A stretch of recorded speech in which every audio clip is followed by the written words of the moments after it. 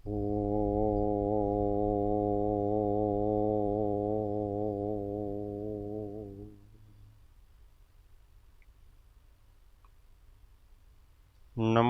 अरिहन्ताणं नमो सिद्धाणं नमो आयर्याणं नमो उवज्जायाणं नमो लोये सव्वसाहुणम् एषो पञ्चणमुक्कारो सव्वपावपणासनो मङ्गलाणं च सव्वेसिं पडमं हवै मङ्गलम् ॐ नमो अरिहन्ताणम् महादेव्या कुक्षिरत्नं शब्दजितरुवात्मजं राजचन्द्रमहं वन्दे तत्त्वलोचनदायकम् मंगलमय मंगलकरण वीतरागविज्ञान नमो ताहि जाते भये अरिहंतादिमहान् परात्पर गुरुवे नमः परम्पराचार्य गुरुवे नमः परम गुरुवे नमः साक्षात् प्रत्यक्ष सद्गुरुवे नमो नमः अनंत अनंत भाव भेद थी भरेली भली अनंत अनंत नाय निक्षेपे व्याख्यानी छे सकल जगत हित कारिणी हारिणी मोह तारिणी भवाब्धि मोक्ष चारिणी प्रमाणी छे उपमा आप्यानी जेने तमारा खवीते व्यर्थ आपवाथी निज मति मपाई में मानी छे अहो राज चंद्र बाळ ख्याल नथी पामताय जिनेश्वर तणी वाणी जाणी तेणे जाणी छे गुरुराज तणी वाणी जाणी तेणे जाणी छे ओ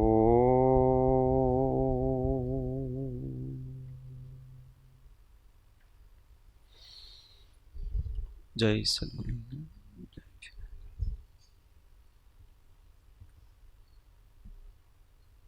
तत्व चर्चा में श्री जैन सिद्धांत प्रवेशिका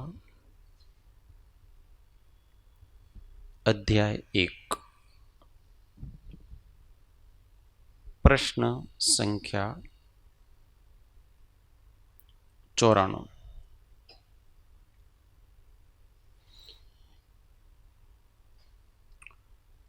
मति ज्ञान के भेद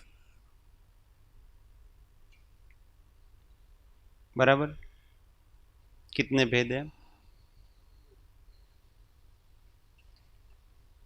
4 कौन कौन से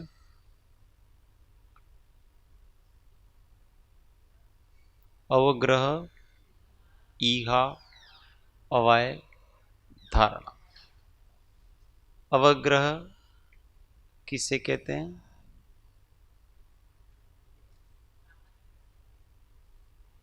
प्रतिभास ने सामान्य प्रतिभास वो दर्शन है सामान्य प्रतिभास के बाद में जो ज्ञान होता है कि ये पदार्थ ये है विशेष सत्ता का भास होता है।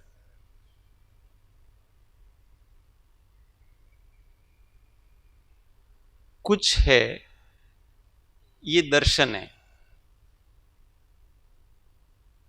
और दर्शन में क्या कि भेद नहीं होता है, जड़ हो कि चेतन हो कि ऐसा कोई भेद नहीं है उसमें, केवल है बस।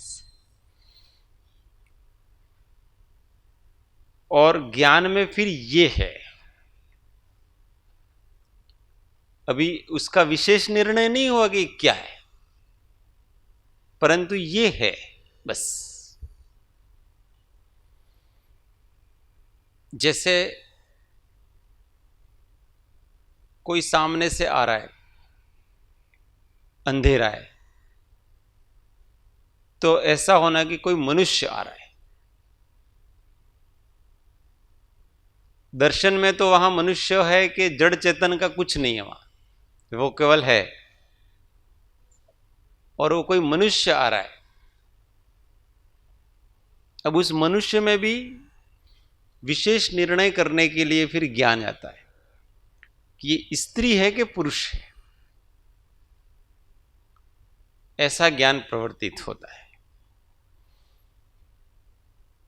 वहां तक अभी संशय है, इहा में अभी तक संशय बाकी है, परफेक्ट निर्णय नहीं है। फिर थोड़ा और पास में आता है, फिर कहे कि ये स्त्री है, तो ये क्या हो गया, अवाय। और धारणा क्या हो गई कि उस, हाँ, अब उसका कभी विस्मरण नहीं होगा। अब मैंने कल रात को 8 बजे जो देखा था वो स्त्री ही थी, इस प्रकार का कभी विस्मरण नहीं होगा। 2 साल बाद भी अपन उसका निर्णय करेंगे तो हो जाएगा, याद रहने का नाम है। तो साधक जब आत्मा की खोज में निकलता है तो आत्मसत्ता तो है ही, उसका प्रतिभास तो निरंतर हो रहा है। ये दर्शन का विषय है, इसमें हमें कुछ पाना नहीं है, खोना नहीं है, कुछ नहीं करना है वहां। तो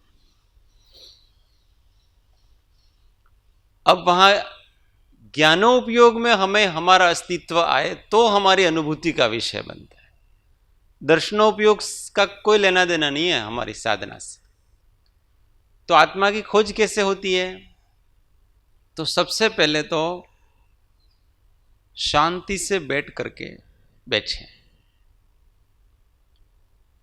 तो कुछ न कुछ तो हमको अनुभव होता है कि नहीं होता, कि इस शरीर के अंदर शरीर के आकार का कुछ तो है, मतलब हम कुछ तो है, हम हैं, इतना तो एहसास होता ही है ना।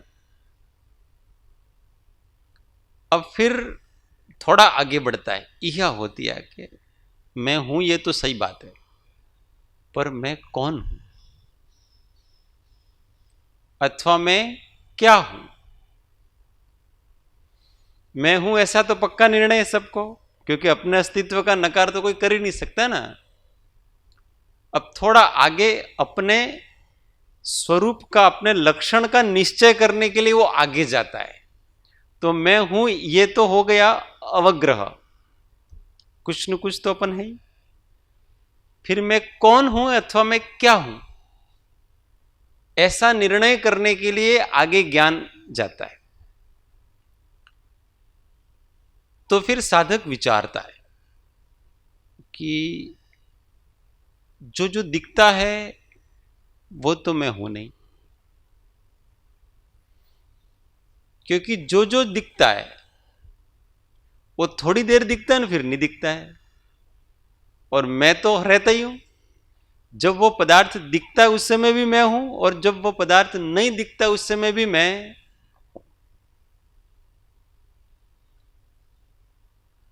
पदार्थ, कोई भी पदार्थ है, उस पदार्थ का उपस्थिति का भी ज्ञान है और अनुपस्थिति का भी ज्ञान है उसको। फिर शेष इंद्रियों का विषय होता है, सारे स्पर्श इंद्रिया का ले लो, घ्राण इंद्रिय का लो, सबको, वो सबको एक एक को ट्राई करता है। इन सबके विषयों का ज्ञान होता है उसको। जब ज्ञान होता है उस समय भी ज्ञान करने वाला है, और उनका ज्ञान जब नहीं होता उस समय भी ज्ञान करने वाला है। जैसे अभी गर्मी हो रही है, उसका भी ज्ञान करने वाला कोई है, और जब थोड़ी देर बाद पंखा चलता है और गर्मी नहीं हो रही है, ठंडक हो रही है, उसका भी ज्ञान करने वाला है। उस पदार्थ के सद्भाव और अद्भाव, असद्भाव दोनों में कोई पदार्थ ऐसा है कि जो रहता है। इसका अर्थ वो धीमे धीमे धीमे धीमे धीमे उसको ऐसा होता है कि यार कोई ऐसी चीज है जो हमेशा जानने का काम करती है। उसका काम क्या है? केवल जानने का। मैं हमेशा ज्ञान रूप हूं। ये जो हमेशा जानता है ना, ऐसा कोई पदार्थ में हूं, ऐसा उसकी बुद्धि में निर्णय होता है।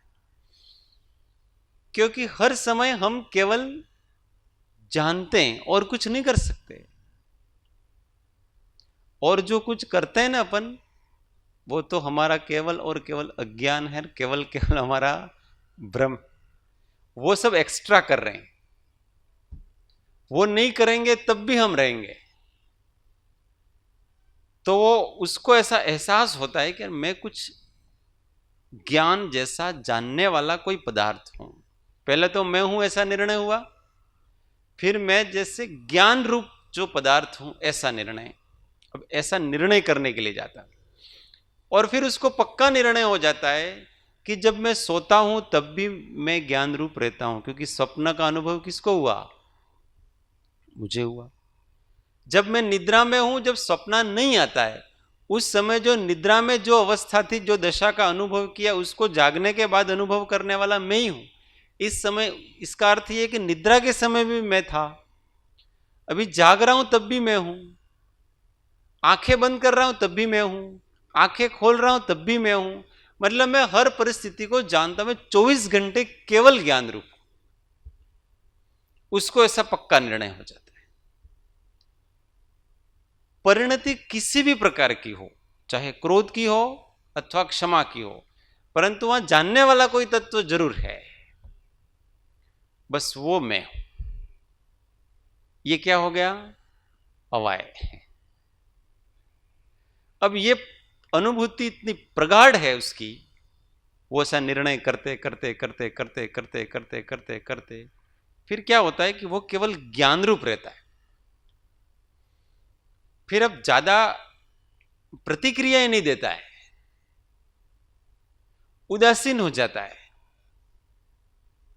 उदासीन हो जाता है तो उसके राग द्वेष की निवृत्ति हो जाती है, तो उसको केवल अपना स्वसंवेदन होने लगता है।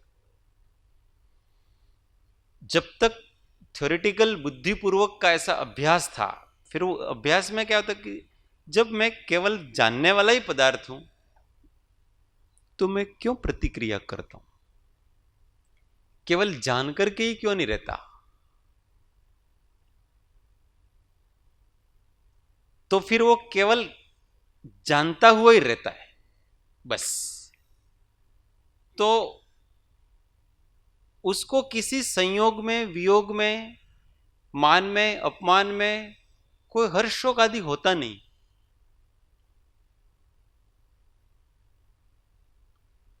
क्योंकि दोनों समय केवल उसका काम क्या था? जानना। वो नहीं करे तो भी है सहज। ऐसा करते करते जब वो राग द्वेष अत्यंत कम हो जाते हैं, तो उसको अब वास्तविक जो अपना ज्ञान तत्व है, वो ज्ञान ज्ञान में लीन हो जाता है। स्वसत्ता की अनुभूति नाम इसका कहलाता है।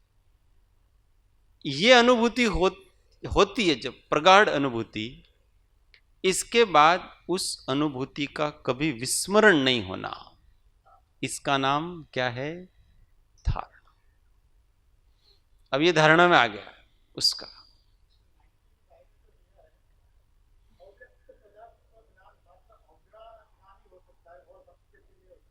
हम्म।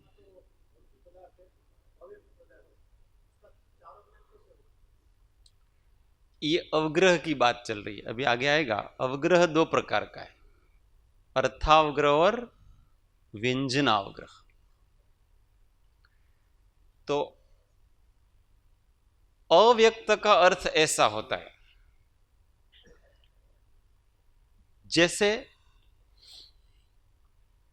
एक कोरा घड़ा है,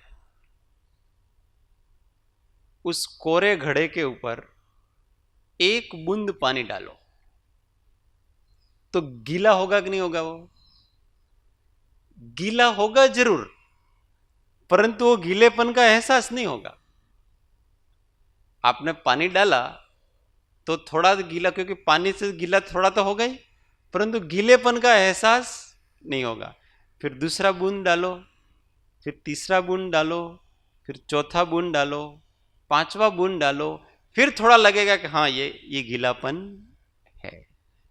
तो इसका नाम है अव्यक्त। जब तक वो अपने मतिश्रुत ज्ञान में, स्थूल ज्ञानोपयोग में नहीं आता है, तब तक उसका नाम अव्यक्त है। जब अपने ज्ञानोपयोग में आ गया तो फिर वो व्यक्त हो गया। ये अर्थावग्रह व्यंजनावग्रह है। आगे ये यही बता रहे, अभी इसका ये अपन चर्चा करेंगे। तो यहां जो धारणा चल रही है, आत्मा अव्यक्त नहीं है। आत्मा कभी अव्यक्त नहीं है, आत्मा सर्वदा व्यक्त है। किसी समय अरूपी का अर्थ अव्यक्त नहीं होता है। अव्यक्त का अर्थ होता है कि हमारे ज्ञानोपयोग में नहीं आ रहा है, उसका नाम अव्यक्त हो रहा है। और आत्मा मतलब हम सबसे अधिक व्यक्त हैं। हो सकता है हम जगत के किसी दूसरे पदार्थ को तो जान सके अथवा नहीं भी जान सके, पर हम अपने आप को नहीं जान सकते हैं, ऐसा 24 घंटे में कभी नहीं होता है। सबसे अधिक स्पष्ट, सबसे अधिक व्यक्त कोई पदार्थ इस जगत में है तो वो हम है। आत्मा अव्यक्त नहीं, आत्मा सर्वदा व्यक्त है। पर अव्यक्त किसकी अपेक्षा से कहा है? इंद्रियों की अपेक्षा से। क्योंकि आत्मा को आत्मा के द्वारा ग्रहण किया जाता है। आत्मा को आत्मा के द्वारा ग्रहण करने का मतलब क्या है कि ज्ञान के द्वारा ग्रहण किया जा सकता है, क्योंकि आत्मा स्वयं ज्ञान स्वरूप, ज्ञान को ही ग्रहण कर रहा है और किसी को, और ज्ञान स्वभाव तो हम हमेशा है। इसलिए हम सबसे स्पष्ट, सबसे प्रत्यक्ष, इसलिए तो आत्मसिद्धि में कहा आत्मा नित्य प्रत्यक्ष। आत्मसिद्धि में ऐसा शब्द लगा, आत्मा नित्य प्रत्यक्ष। ऐसा नहीं कहा है कि जब आप आत्मानुभूति कर रहे हो उसी समय प्रत्यक्ष है, ऐसा नहीं कहा। आत्मा नित्य प्रत्यक्ष, आत्मा हमेशा से प्रत्यक्ष ही है, वो हाजरा हजूर ही है बस। हाँ, तो यहां अव्यक्त का अर्थ इस प्रकार से लेना, जब हमारे वो ज्ञानोपयोग में नहीं आता है तो उसका नाम अव्यक्त कहलाता है।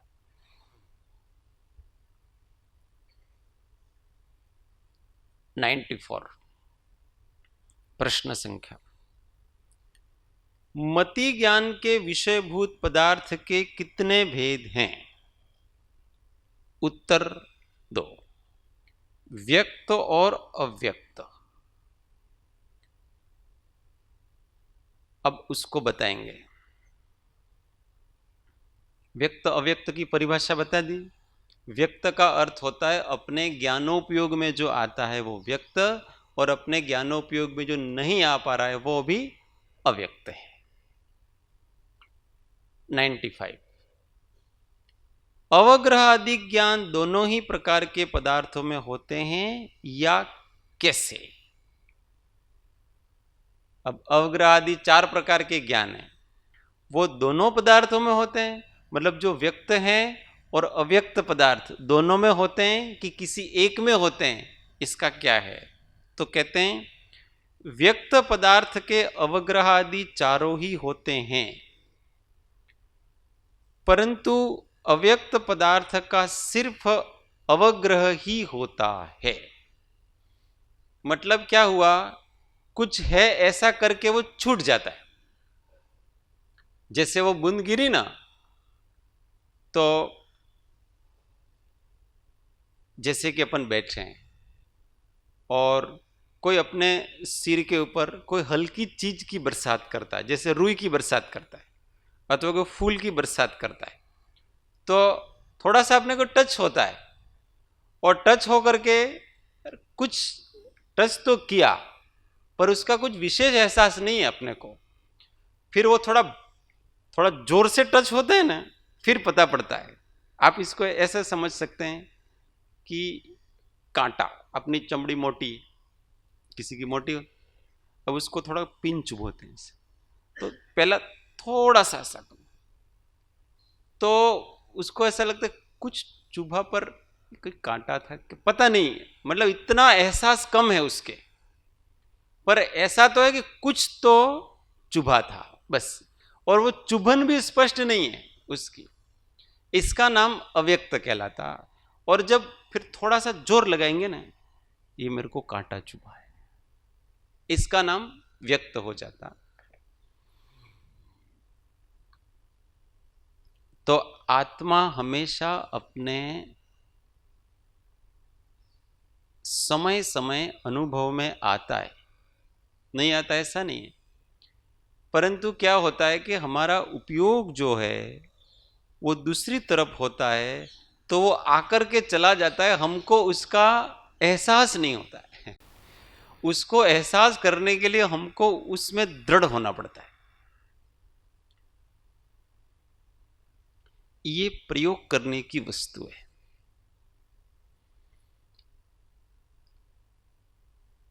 हमारा ज्ञान हमेशा एक विषय से दूसरे विषय की ओर नाचता रहता है, जाता रहता है, कभी ये कभी वो, कभी ये कभी, पर एक विचार से दूसरे विचार के बीच में जो अंतराल है ना, उसमें उदासीनता है।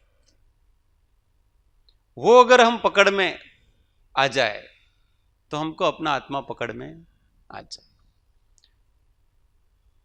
अथवा निरंतर चलने वाला जो प्रवाह है उसको पकड़े तो पकड़ में आ जाता। अब निरंतर चलने वाला जो प्रवाह है ना, उसको पकड़ने के लिए हमको हर विचार से, इंद्रिय के हर विषय से, हर व्यक्ति से, हर दृश्य से उदासीन होना पड़ेगा, तो ही तो आप उस चेतना को पकड़ सकते। नहीं तो चेतना को पकड़ नहीं सकते, क्योंकि जो विचार आता है उसके साथ आप एक में एक हो गए, तो वो जो सहज चेतना है ना, वो उसके साथ मिल करके राग द्वेष रूप हो जाती। इसलिए सहज शुद्ध चेतना है, वो एक सहज प्रवाह है। उस सहज प्रवाह सामान्य जिसको कहते हैं, सामान्य का एहसास। और जब हम हमेशा सामान्य बने रहेंगे तभी वो हो सकता है, नहीं तो हो सकता विशेष नहीं।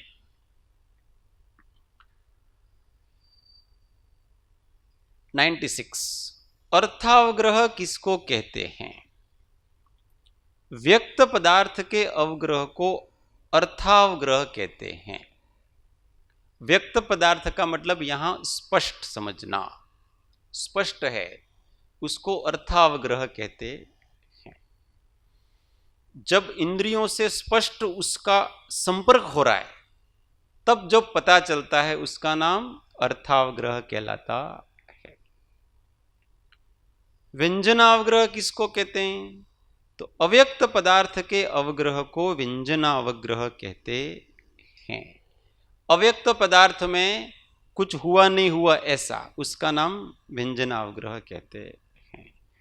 वास्तव में व्यंजन अर्थावग्रह है, वो व्यंजनावग्रह के बाद की स्टेज। पर कभी कभी क्या होता है कि व्यंजनावग्रह होता है, वहां तक ज्ञान छूट जाता है, अर्थावग्रह हो ही नहीं पाता है, तो हमको पता ही नहीं पड़ता है। कुछ हुआ तो था, परंतु क्या हुआ था पता ही नहीं। तो ये केवल व्यंजनावग्रह हुआ और वहां तक आकर के अपना ज्ञान छूट गया। उसमें अगर ज्यादा दृढ़ रहे तो अर्थावग्रह होता है, स्पष्ट कुछ है ऐसा एहसास होगा। और उससे आगे थोड़ा और जाए ज्ञान, तो फिर उसका इहा होगी, ये और उसके आगे थोड़ा जाए तो थोड़ा स्पष्ट ज्ञान होगा कि ये ही था, और उसके आगे थोड़ा जाएं तो फिर हमको पूरा पूरा याद रहता है। रात को सपना आता है ना, तो कोई सपने तो व्यंजनावग्रही होता है, पता ही नहीं है क्या आया था ने क्या।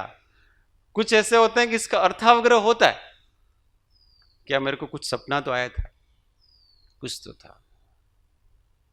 फिर उसके आगे भी ज्ञान जाता है, फिर इसकी इहा विशेष हुई तो सपना इस प्रकार का था, और फिर वो सपना उठ करके भी याद रहता है,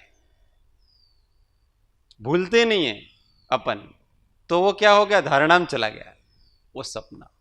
कोई कोई स्वप्न ऐसे होते हैं जो बहुत वर्षों पहले आए थे पर याद है अपने को। कोई कोई नींद में उठते हैं और थोड़ी देर तक याद रहते हैं, कोई कोई है वो याद ही नहीं रहते।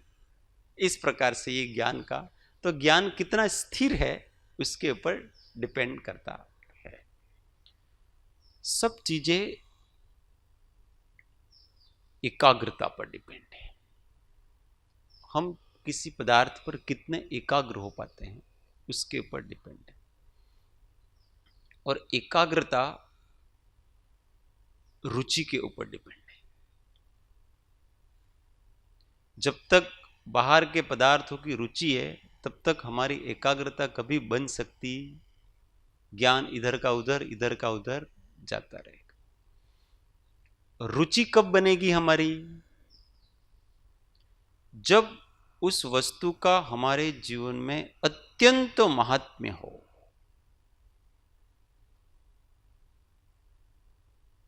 तब जाकर के इसमें रुचि आएगी। जिसको हमने महत्वपूर्ण मान रखा है उसी में रुचि आएगी हमारे, उसी में फिर एकाग्रता आएगी और उसी की अनुभूति होगी।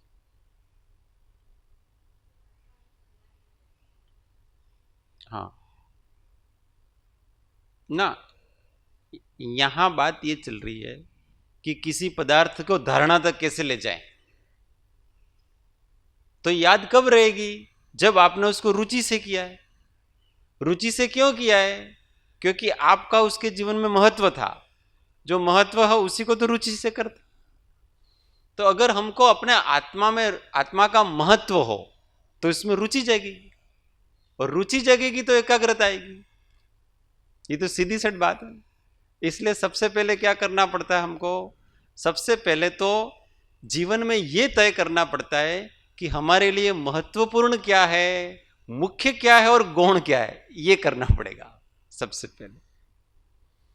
जब तक हमको आत्मा का महात्म्य नहीं आएगा तब तक आत्मा में कभी रुचि जागेगी नहीं, आप कितना कुछ भी कर लो। जीवों को और में बहुत सी रुचियां आती है, आत्मा से संबंधित आनुषंगिक जो चीजें उसमें तो बहुत रुचि आती है, आत्मा में रुचि नहीं आती। कोई कोई महाभाग्यवान होते हैं, विरले होते हैं, उनको आनुषंगिक वस्तुओं में कोई रुचि नहीं आती है, आत्मा में रुचि आती है।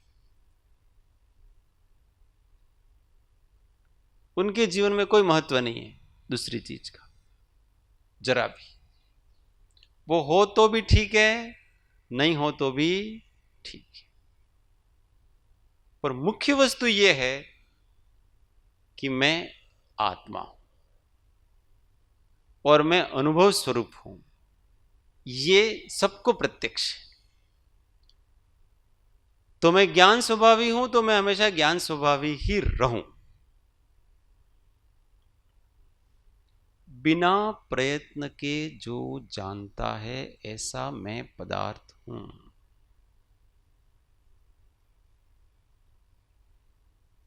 फिर ये सारे प्रयत्न क्यों, ये तो प्रश्न आता है ना। फिर ये सारे प्रयत्न क्यों, हम क्यों उदासीन नहीं होते, और जब तक नहीं हुए तब तक हमको ये होगा। कृपालु देव ने तो पहला ही वाक्य लिखा है, निरंतर उदासीनतानो क्रम से। इसका क्या अर्थ पता है, हमने सब प्रयत्न छोड़ दिए। जगत के जितने भी काम हैं उन सब में हमने अपने प्रयत्न छोड़ दिए। क्यों, क्योंकि जो होना है वो होगा, हम प्रयत्न करेंगे तो भी होगा, हम प्रयत्न नहीं करेंगे तो भी होगा। क्यों? क्योंकि होना है तो उसके अनुसार सब चलेगी, आपकी बुद्धि भी चलेगी, आपका ये भी सब चलेगा। तो हम बार बार करने का संकल्प क्यों करें? हम बंधते तब हैं जब मैं ये करूंगा और मैं ये नहीं करूंगा, इस प्रकार का हमने संकल्प करके रखा है। और इन संकल्पों से हम बंधे हुए हैं, क्योंकि किसी वस्तु का हमने जब संकल्प कर लिया कि मैं ये करूंगा, उसके संबंधी अब आपका बंध हो गया है। अब उस संकल्प का उदय आएगा, अब उसके अनुसार आपका सब चलेगा, उदय भी चलेगा, बुद्धि भी चलेगी, सब चलेगी, और फिर वो आपको संसार में डालेगी। वास्तव में ज्ञान क्या है? जब ज्ञान हो जाता है तो व्यक्ति को यह एहसास हो जाता है कि अब करने और नहीं करने की झंझट से वो दूर हो जाता है। अब तक उसको करने और नहीं करने की झंझट थी, मैं ये करूंगा ना, मैं ये नहीं करूंगा ना, मैं ये ऐसा होता है ना वैसा होता है। ज्ञान होता है तो क्या होता है? उसको एहसास होता है कि ये तो सहज चलने वाला एक तत्व हूं मैं, करूं क्या नहीं, क्या नहीं करूं, इसके पार एक तत्व है जो करने और नहीं करने से ऊपर है। तो उसकी वो है ना, शांत हो जाता। अब कोई बड़े बड़े योजनाएं नहीं है अब कुछ नहीं है, सहज हो रहा है, वो हो रहा है, बस ठीक है। और बड़े बड़े काम भी सहज होंगे, फिर ऑटोमेटिक हो रहे हैं उदय के अनुसार सारी चीजें, परंतु कभी अशांति नहीं आती। इनको जानने के परमार्थ हैं ये सारी चीजें। व्यंजनावग्रह अर्थावग्रह की तरह सब इंद्रियों और मन द्वारा होता या कैसे? तो उत्तर, प्रश्न समझ में आया? व्यंजनावग्रह अर्थावग्रह की तरह सब इंद्रियों और मन के द्वारा होता है या कैसे?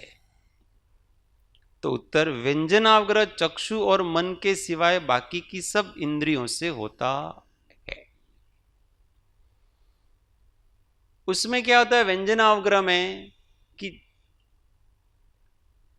जो जब टच होगा ना, स्पष्ट होना चाहिए, इंद्रियों से स्पष्ट होना चाहिए, तो ही धीमे धीमे धीमे धीमे धीमे धीमे धीमे धीमे उसका ज्ञान होगा।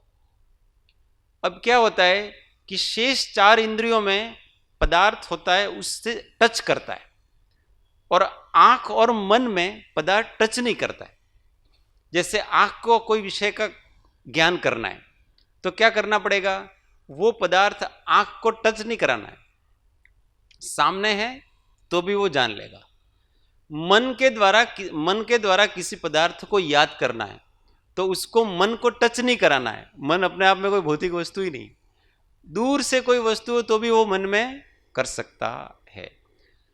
तो अर्थावग्रह है वो तो सबको विषय कर लेगा, परंतु व्यंजनावग्रह है वो केवल चार इंद्रियों का विषय है, क्योंकि उसमें उसको स्पष्ट होना पड़ेगा। तो स्पर्शेंद्रिय है तो उसको टच होना पड़ेगा, घ्राणेन्द्रिय है तो घ्राणेन्द्रिय की जितनी शक्ति है वहां उसके क्षेत्र में आना पड़ेगा। क्षेत्र का मतलब ऐसा नहीं कि नाक को टच कराना, आपके सुगंध की कितनी शक्ति है, कितनी दूर की गंध ले सकते हैं, उस दूरी के अंदर उसको आना पड़ेगा उस पदार्थ को, तब जाकर के उसका व्यंजनावग्रह होगा। स्वादेंद्रिय की भी अपनी शक्ति है, तो कितनी जीभ पर लगाएंगे तो स्वाद होगा, अथवा स्वादेंद्रिय की भी बिना जीभ पे लगाए हुए भी स्वाद आता है। समझ आ रहे हैं? इसकी शक्ति कितनी है पता है? 9 योजन उत्कृष्ट शक्ति।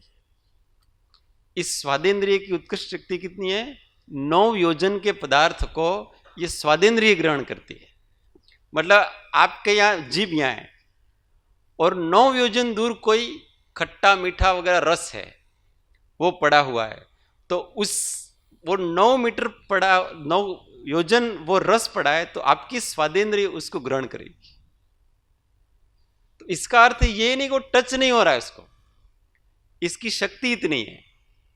स्थूल शक्ति अपन टच कराते, हमारी स्थूल शक्ति बहुत कम शक्ति है, पर सूक्ष्म शक्ति और अधिक शक्ति होती है ना, तो उसकी उत्कृष्ट शक्ति 9 योजन है। स्पर्श की भी उत्कृष्ट शक्ति 9 योजन है। किसी पदार्थ को स्पर्श इंद्रिय के, जैसे कि ठंडा है, अब उस ठंडे का ज्ञान करना है, तो वो ठंडा पदार्थ आपके 9 योजन दूर पड़ा है, और यहां आप पता लगा सकते हैं कि ये ठंडा पदार्थ है, परंतु फिर भी वो स्पष्ट है। कैसे स्पष्ट है? क्योंकि उसके जो सूक्ष्म परमाणु निकल रहे हैं ना, पुद्गल, वो इससे जुड़े हुए हैं और उससे उसको ग्रहण होता है। हम तो क्या होता है कि पदार्थ के स्थूल को ही ग्रहण करते हैं, जब वो हमारे ऊपर लगेगा बर्फ का टुकड़ा तब ग्रहण करेंगे, परंतु उसकी जो सूक्ष्म जो शीतलता है ना, वो हवा के साथ और अन्य पदार्थों के साथ मिलकर निरंतर इधर उधर प्रकाश में आ रही है, वो उसको ग्रहण करता है। जैसे ध्वनि की तरंग आती है ना, तो ध्वनि की तरंग दूर दूर से हम सुन सकते हैं, कान का भी इतनी क्षमता है। हम पहले से प्रयोग करते थे, हमको सर पढ़ाते थे कि आपके 20 किलोमीटर कोई बस है, आपके गांव में आती है, तो वो चलती है, तो अब रात को कान लगाओ ना ऐसे रोड पे, तो वो 20 किलोमीटर दूर पड़ी है, तो उस बस की जो हॉर्न है वगैरह वो आपको सुनाई दे सकता है, क्योंकि रात में एक तो अब रोड वो कनेक्ट है, उस कनेक्शन के साथ सीधा सीधा वहां आ रहा है। ट्रेन है वो पटरी से कनेक्ट है, उसके साथ उस लोहे की ध्वनि तरंगे वहां से पास हो रही है। ये सारी टेक्नोलॉजी यही तो है। ये मोबाइल में क्या है, वहां से आ रहा है, ये तरंगे कहां से आ रही है। अब तो कनेक्ट भी, अब तो वायर भी नहीं चाहिए, वायरलेस आ गया सारी चीजें, परंतु फिर भी जुड़ा है। अभी तो एक ईयरफोन भी वायरलेस है कि ईयरफोन पहले अपने कान में लगाते थे और फिर अपने मोबाइल में लगाते थे, उसके बीच में वायर होता था। अब वो कान में लगाने का केवल होता है और बीच में वायर नहीं होता है, तो भी आप बात कर रहे हो आराम से। तो उन दोनों में कनेक्शन है, सूक्ष्म चल रहा है और वो वही वस्तु पकड़ रहा है, क्योंकि वो जो कान में लगाए ना आपने जो ईयरफोन, उसकी ऐसी क्षमता है कि वो उसी प्रकार की आवाज को पकड़ेगा, दूसरी आवाजें नहीं आएगी आपके कान में। जैसे वो मोबाइल में जिसका नंबर है और उसकी आवाज आ रही है, उसी की आवाज कान में आएगी, दूसरी आवाजें को नहीं पकड़ेगा, क्योंकि दूसरी आवाजें भी तो हैं बहुत सारी, पर उसकी योग्यता ये है, उसको इसी प्रकार से उसका निर्माण हुआ है कि वो उसी को पकड़ेगा, दूसरों को नहीं पकड़ेगा। ऐसे हम किसी को ध्यान लगाते हैं उपयोग से, तो हम जिसको सुनना चाहते हैं उसी को सुनेंगे। बहुत सारी चीजें हैं। अब उस रोड पे बहुत सारी बसें चल रही हैं, परंतु आपको किसी बस का जो किस प्रकार चलती है, उसकी आवाज कैसी है वो पता है। वो 20 बसें उस रोड पे चल रही हैं, पर आपको केवल उस बस के चलने की आवाज सुननी है, तो आपके कान केवल उसी की बस की आवाज सुनेंगे, दूसरे के सुनेंगे नहीं। ये उसकी योग्यता है। 4 बच्चे सोए हुए हैं और 4 रो रहे हैं, पर मां को पता पड़ जाएगा कि उसके बच्चे की आवाज की, रोने की आवाज कौन सी है। चारों अलग अलग बच्चे हैं, पर किसी जिसकी मां है ना, उसको पता पड़ेगा कि ये चारों में मिक्स होकर के आवाज आ रही है, फिर भी उसके बच्चे की आवाज को वो अलग कर लेगी कि ये इसमें मेरे बच्चे के रोने की आवाज भी है और ये उसकी आवाज इस प्रकार की है। ये शक्तियां किसकी है? ज्ञान की शक्तियां, और वो पुद्गल को पकड़ लेती, कनेक्ट है वो सारा का सारा। तो ये कनेक्शन होना वो व्यंजनावग्रह कहलाता। व्यंजनावग्रह के द्वारा उसका कनेक्शन होना चाहिए।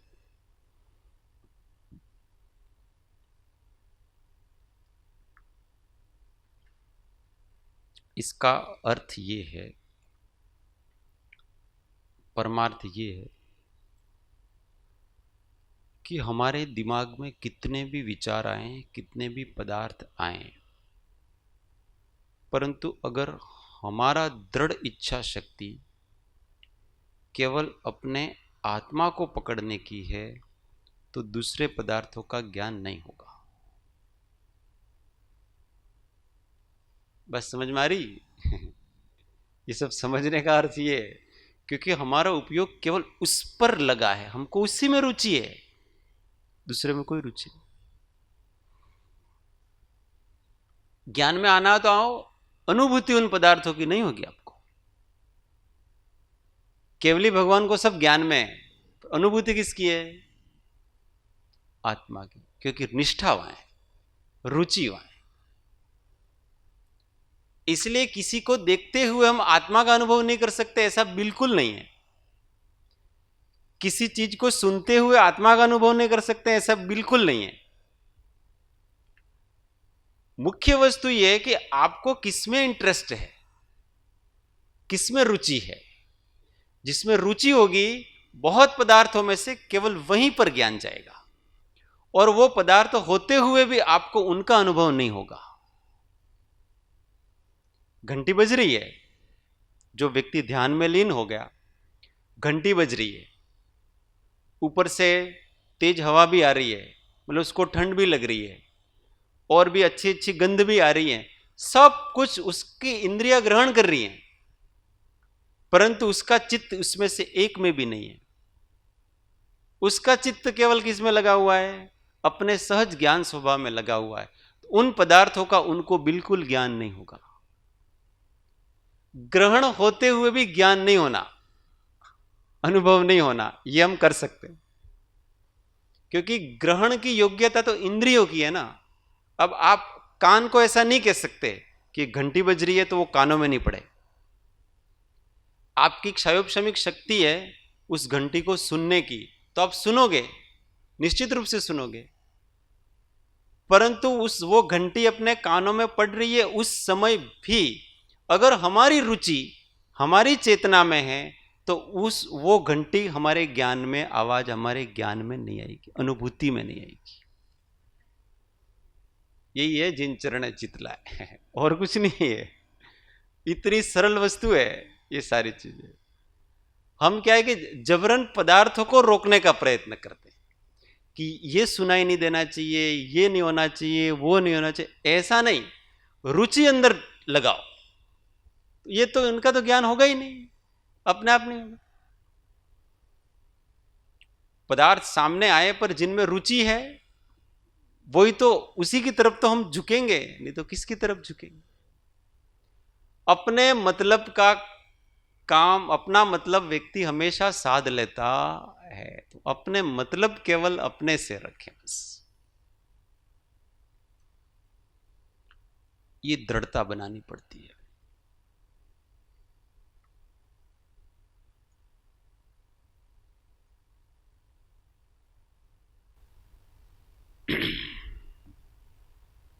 सावधान,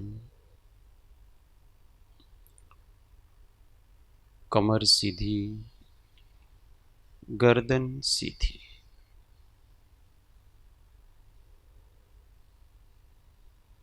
त्रणवार ओमकार।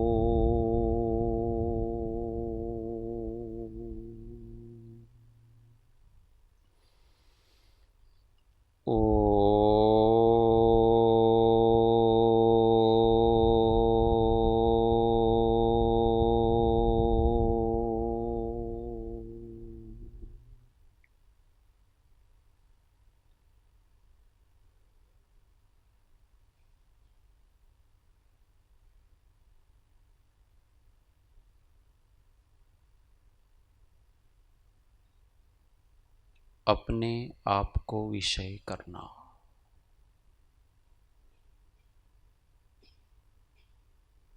मैं हूं, मैं सहज ज्ञान रूप हूं।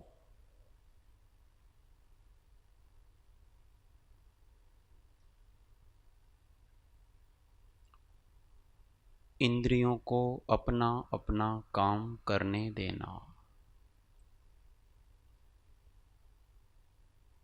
मन को अपना काम करने देना,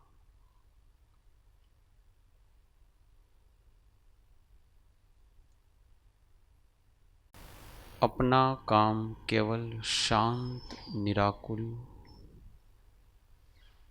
ज्ञाता होकर के रहना।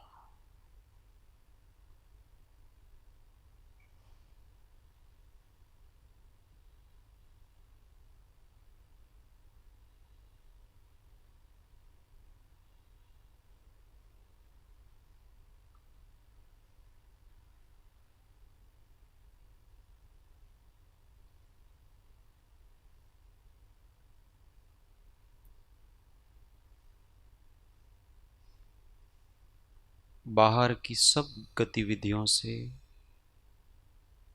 विरक्त होकर, उदासीन होकर केवल अपनी अनुभूति के प्रति सावधान होना।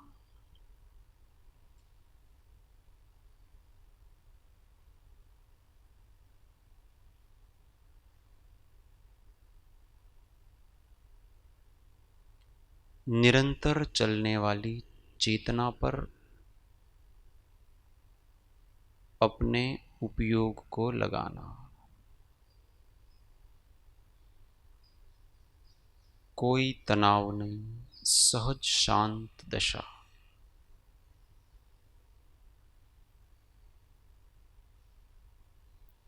जो आ रहा है वो जा रहा है, मैं केवल रहता हूं, न आता हूं न जाता।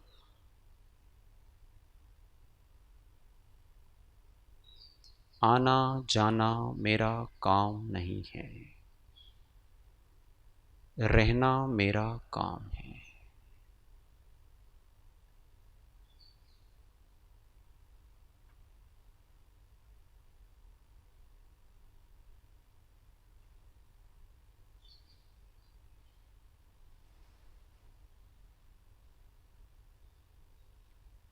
केवल शांत होकर के रहना,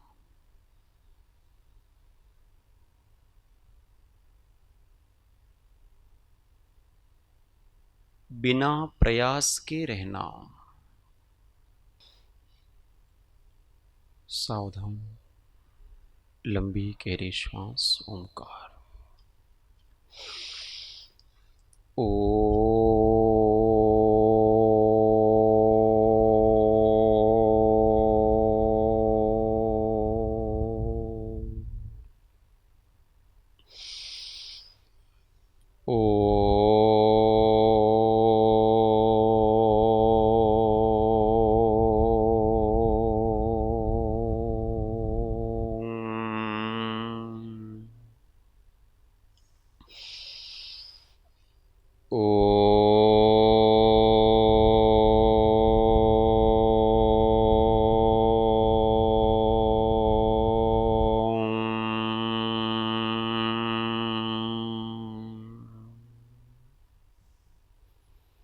सर्वे भवन्तु सुखिनः, सर्वे सन्तु निरामयाः, सर्वे भद्राणि पश्यन्तु, मा कश्चित् दुःखभाग् भवेत्। ॐ पूर्णमदः पूर्णमिदं पूर्णाद् पूर्णं मुदिच्यते, पूर्णस्य पूर्णमादाय पूर्णमेवावशिष्यते।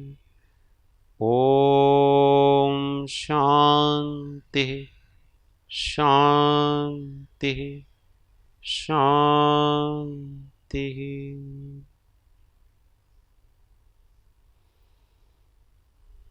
जय सद्गुरु।